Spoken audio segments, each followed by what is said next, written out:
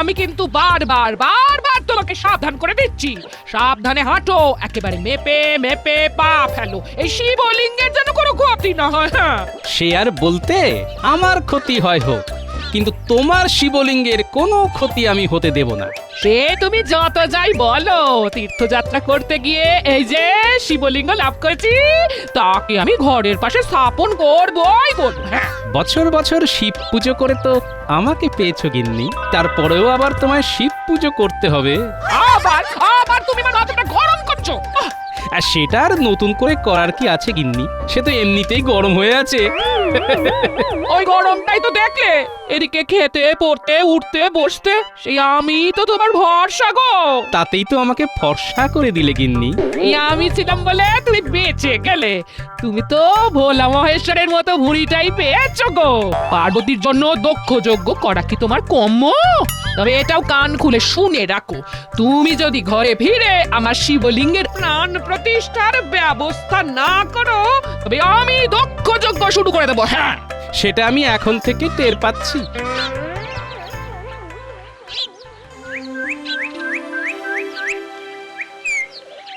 এ কি, আজও তো দেখছি গোপাল রাজসভায় অনুপস্থিত। তবে কি এখনো তার তীর্থ করা শেষ হয়নি?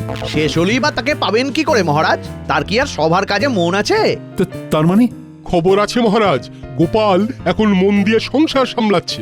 সে এখন গিন্নি অন্ত প্রাণ, গিন্নির কথায় উঠছে আর বসছে। তাই গিন্নি হুজুগ ধরলেই সেটা গোপাল কিভাবে সামলাবে খালি তাই ভাবছে। শুধু কি ভাবছে, একেবারে কাজ করে দেখাচ্ছে। শুনলাম তীর্থ করতে গিয়ে গোপালের গিন্নি নাকি একটা শিবলিঙ্গ নিয়ে এসেছে, তার প্রতিষ্ঠা করাতে হবে। এখন গোপালের ধ্যান জ্ঞান সেটাই। তার জন্য নাকি গোপাল এখন হিমালয় ফেরত সাধুর কাছেও যাবে। সে যাচ্ছে যাক, কিন্তু এদিকে গোপালের দেখা দেখি পণ্ডিতও যে তীর্থযাত্রায় বেরিয়ে গেল। এটা তো ভালো কথা মহারাজ, কিন্তু আমি ভাবছি অন্য কথা। তবে সবকিছু ছেড়ে গোপাল হঠাৎ শিবলিঙ্গ নিয়ে পড়লো কেন? তবে কি ওর অন্য কোনো মাহাত্ম্য আছে?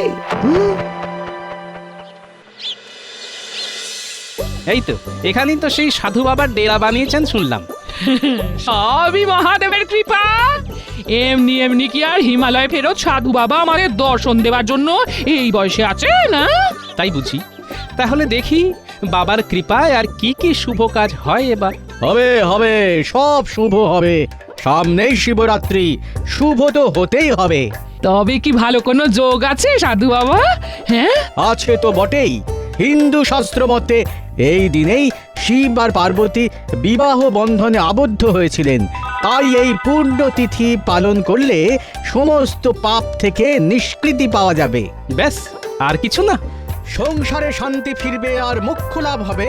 বল বল, আর কি চাস? আবার কি চাইবো সাধু বাবা, এটাই তো হয়ে বেশি।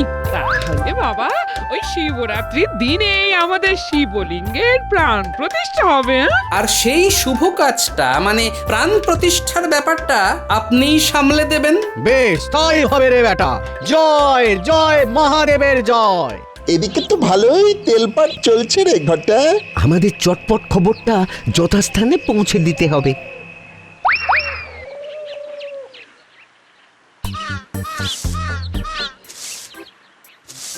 কি গো গিন্নি, তোমার মুখটা আজ কেমন যেন থমথম করছে? থমথম করবি না তো কি করবি শুনি?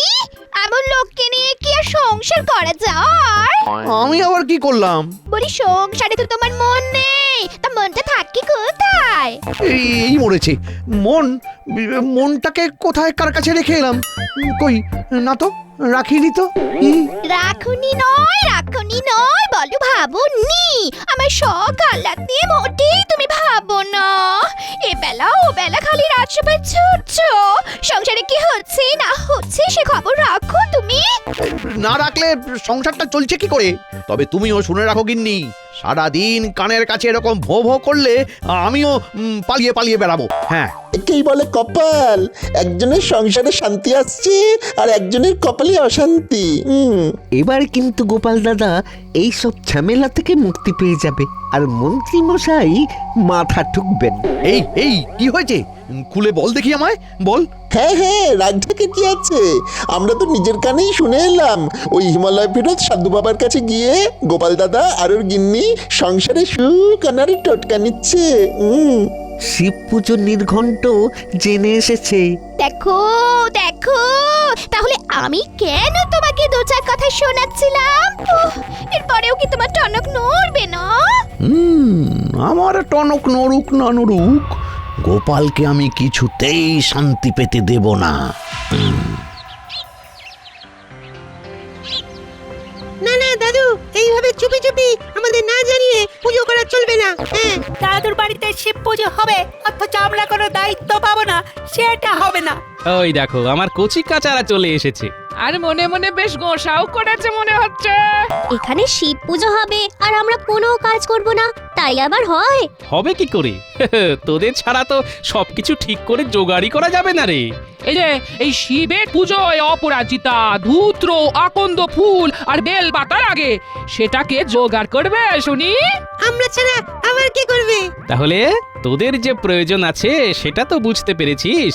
কোনো চিন্তা নেই, আমরা সব জোগাড় করে আনবো। এদিকে না হয় সব জোগাড় হয়ে গেল, কিন্তু ওদিকে শিব পুজোর নেমন্তন্নটাই তো করা হয়নি এখনো। সেটা কি এবার আমাকেই করতে হবে? তার জন্য তো এই শর্মা আছে, ঠিক সামলে দেবে। মনে হচ্ছে খুব ধুমধাম করেই এবারে পুজো হবে। তাহলে মন্ত্রী, আপাতত তেমন কোনো উৎসব অনুষ্ঠান নেই, তাই তো? থাকলেই বা কি মহারাজ, ভেতরে ভেতরে কে যে কি করে ফেললো সেটা তো আর জানতে পারছি না। মন্ত্রীমশাই বোধহয় গোপালের বাড়িতে শিবলিঙ্গ স্থাপনের কথা বলছেন। তেমন কিছু হলে গোপাল নিশ্চয়ই আমাদের ডাকবে, আমি নিশ্চিত। সেই আশাতেই থাকুন আপনি। হ্যাঁ, গোপাল করবে নিমন্ত্রণ, তাহলেই হয়েছে। না না, এখনো কিছু হয়নি, তবে এবার হবে, মানে নিমন্ত্রণ। এই তো গোপাল এসে গেছে। তাহলে ওই কথাই থাকলো মহারাজ, আগামী শিবরাত্রির দিন এই গরিবের বাড়িতে আপনি সহ সকলের নিমন্ত্রণ। শিবলিঙ্গের প্রাণ প্রতিষ্ঠা হবে। কিন্তু একা হাতে গোপাল সব দিক তুমি সামলাচ্ছ কি করে? পুজোর কাজ তো বড় কথা নয়। আমি থাকতে গোপাল ঝামেলায় পড়বে, এমনটা ভাবলেন কি করে মহারাজ? কোনো চিন্তা করো না গোপাল, পুজোর দায় দায়িত্ব খুঁটি নাটি আমি সব সামলে দেব। বাহ বাহ বাহ, পুজোটা গোপালের বাড়িতে হচ্ছে বটে, তবে তার জন্য তো সবাইকে সাহায্যের হাত বাড়িয়ে দিতে হবে। এই অজুহাতে মন্ত্রীমশাই ষড়যন্ত্রী মশাই হয়ে যাবেন, সেটাও বেশ বুঝতে পারছি। তবে এখনই ওকে ঘাট থেকে নামিয়ে ফেলা যাবে না। মন্ত্রীমশাই নিজে যখন সব সময় গোপালের সঙ্গে সঙ্গে থাকবে, তখন আর চিন্তা কি? হ্যাঁ। কি গোপাল, তুমি খুশি তো? গোপালের বাড়িতে হবে শিব পুজো, তাই রব উঠেছে সাজো সাজো। মহারাজেরও যখন এইরকমই ইচ্ছে তখন তাই হবে। আমার যখন যেমন প্রয়োজন তেমনটা মন্ত্রীমশাইকে জানাবো, তবে কাজের কাজটা নিজেই বুঝে নেব। তুমি নিশ্চিন্তে থাকো গোপাল, আমি চীনে জোকের মতো তোমার সঙ্গে লেগে থাকবো। এবার আমার কোনো সন্দেহ নেই যে পুজোটা তুমি মন দিয়েই করেছো। হ্যাঁ, এতক্ষণ তাহলে সন্দেহ ছিল বুঝি? সেটা একটু ছিল বটে, তবে এবার যখন তুমি নিজেই আমাকে সাধু বাবার কাছে নিয়ে যাচ্ছ, তখন আর কোনো ভাবনা নেই, চিন্তাও নেই। হ্যাঁ, তবে আমার যে চিন্তা হচ্ছে কি নেই, মন্ত্রীমশাই ছুঁচ হয়ে ঢুকে ফাল হয়ে বেরোবে। কি আবল তাবল বলছো বলো তো? মন্ত্রীমশাই যেচে সাহায্য করতে চাইছে, তার মানে নিশ্চয়ই এর পেছনে মন্ত্রীর অন্য কোনো উদ্দেশ্য আছে। এ তোমার সন্দেহবাতিক মন গো, সন্দেহবাতিক মন। তাই মন্ত্রী মশাই সাহায্য করতে চাইলেও সন্দেহ করছো গো। সেই সন্দেহ তোমার দূর হয়ে যাবে গিন্নি, একটু সবুর করো।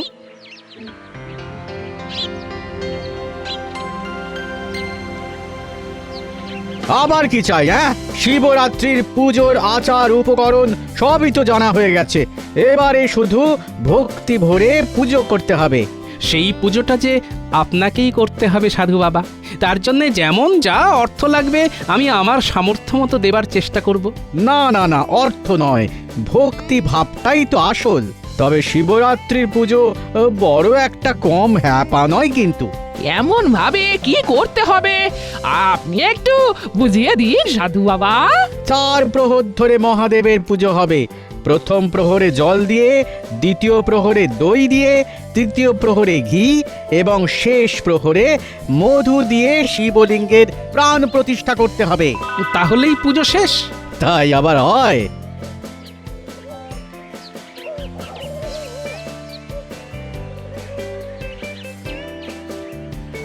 এত কিছু কি আমরা সামলাতে পারবো বাবা? এতেই ঘাবড়ে গেলে হবে? শুদ্ধ মনে সব কিছু ঠিকঠাক পালন না করলে কিন্তু পুণ্যের বদলে পাপটাই গায়ে লাগবে, সেটা যেন খেয়াল থাকে। হ্যাঁ, যা ভেবেছি তাই। শিব পুজো শুরু হওয়ার আগেই মন্ত্রীমশাই চমকাতে শুরু করেছে।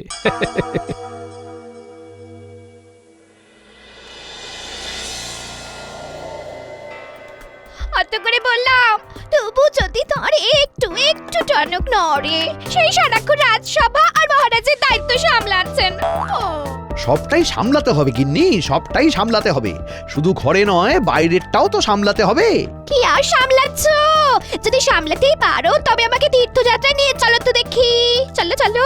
এই সেরেছে, তোমার মাথায় আবার এই তীর্থযাত্রা যাওয়ার ভূত চাপলো কেন? কেন চাপবে না? কেন কেন? গোপালের গিন্নি যদি শিবলিঙ্গ নিয়ে এসে সেটা প্রতিষ্ঠা করে সংসারে সুখ শান্তি আনতে পারে, তাহলে আমিও পারবো। আহা, ওহো, আরে ব্যাপারটা তো সহজ নয়। ভাবে ভাবে যা বুঝলাম, সাধু বাবা গোপালকে এমন ফিরিস্তি দিয়েছে যে পুজো করা গোপালের মাথায় ওঠার জোগাড়। বলো কি? হ্যাঁ, গোপাল যদি সবকিছু ঠিক করে করেও ফেলে, তবে সেটা কি করে ভেস্তে দিতে হয় সেটা আমার জানা আছে। শুধু তাই নয়, চাইলে ঘোলা জলে কি করে মাছ ধরতে হয় সেটাও নিশ্চয়ই তোমার মনে ভাজা হয়ে গেছে। সে আর বলতে, তুমি আমাকে ঠিকঠাক চিনেছো গিন্নি। গোপালকে যে কি প্যাচে ফেলবো সে আমার মনে মনেই আছে।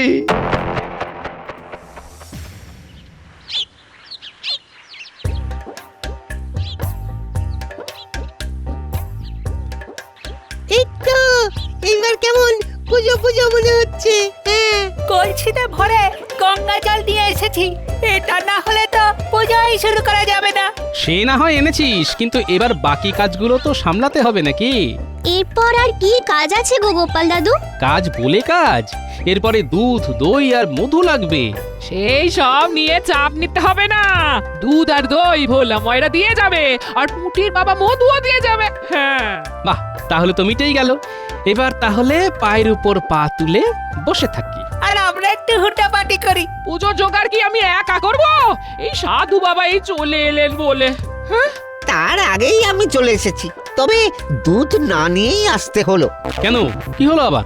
দুধে চো না পড়ে ওই দুধ নষ্ট হয়ে গেছে, তাই না দুধ না দই কিছুই পাওয়া যাবে না। সে কি? তাহলে কি হবে? কি হলো সেটা তো আমিও বুঝতে পারছি না। মধু নিয়ে আসে যে ছেলেটা, তারও তো আজ কোনো পাত্তা নেই। এ মা, তাহলে কি হবে?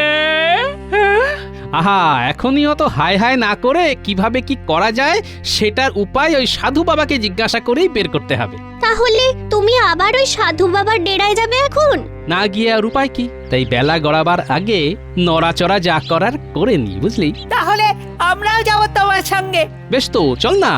দল বেঁধে গেলে কি ফল হয় দেখি।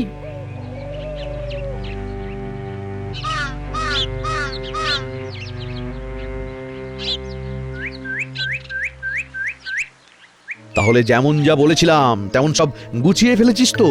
একেবারে দায়িত্ব নিয়ে চেপে দিয়েছি, সব জায়গায় আটকে দিয়েছি। আমরা এমন চেপেছি যে গোপাল দাদা পুরোপুরি চাপে পড়ে গেছে। যাই হোক, শোন, প্যাঁচটা হালকা করা যাবে না। পুজোর জোগাড়ে যদি ঠিকমতো না হয় তবে পুজোই হবে না। আর পুজো না হলে পুণ্য হবে না।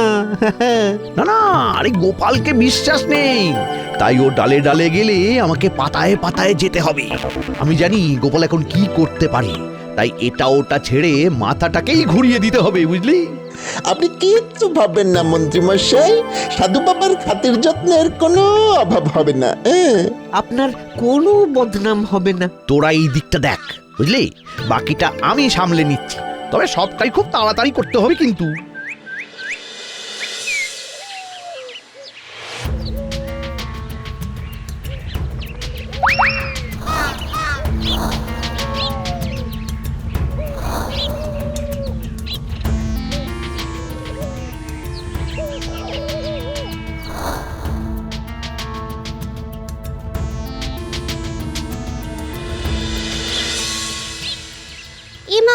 এদিকে তো বন্ধ।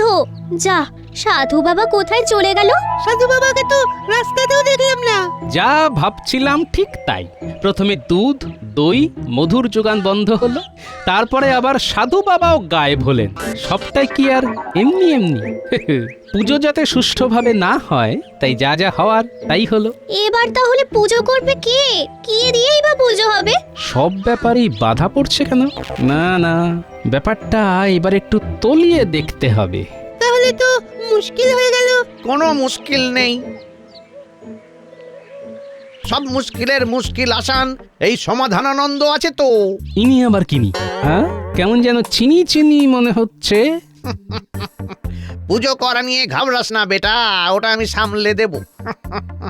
সাধু বাবার খেল কেমন জমে সেটা দেখার জন্যে সাধু বাবাকে ময়দানে নিয়ে গিয়েই ফেলতে হবে। গোপাল দাদু, আবার তো সাধু বাবা হাজির হয়ে গেল। তাহলে চলুন বাবা, ওই পুজো পাঠ শুরু করবেন, চলুন।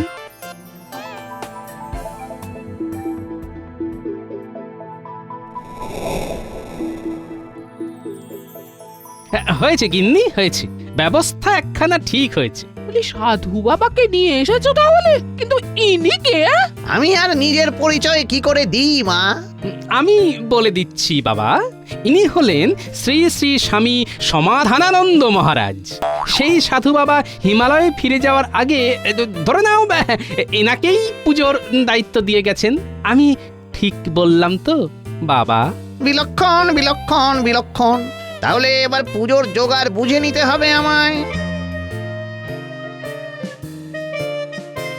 গঙ্গা জলে শুদ্ধ করে দুধ, দই, মধু ইত্যাদি উপকরণ সব গুছিয়ে নি।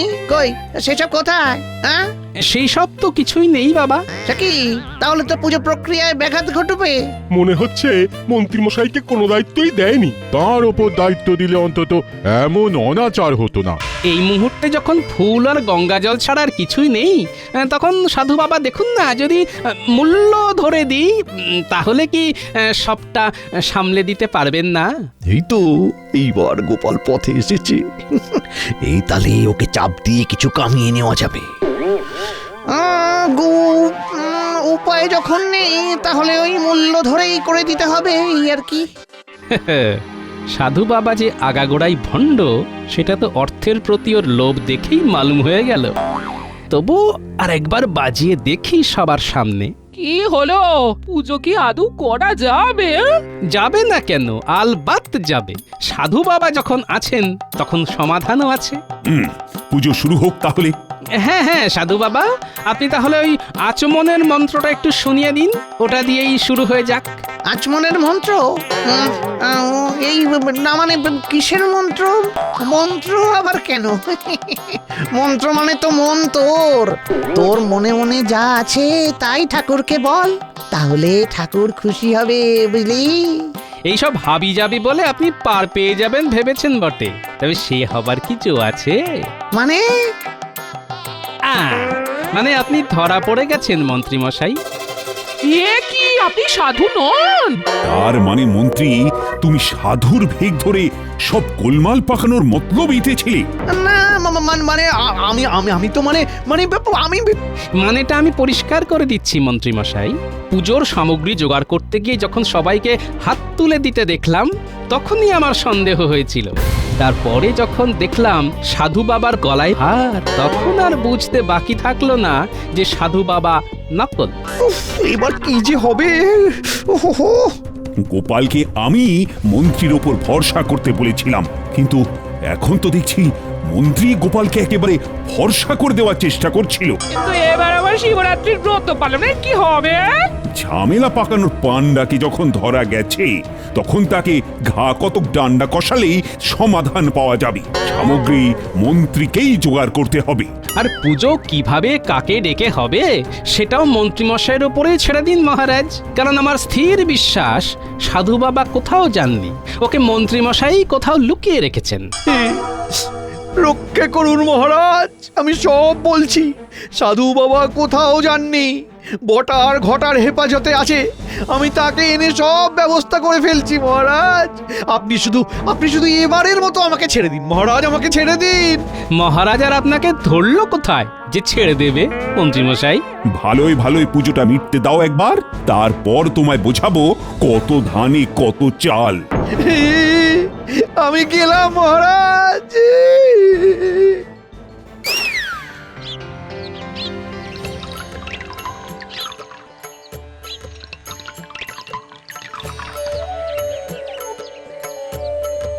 কি গিন্নি, এবার খুশি তো?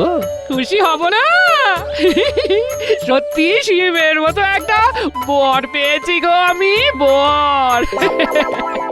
যাক, এতদিনে তাহলে সার কথাটা বুঝেছো তুমি।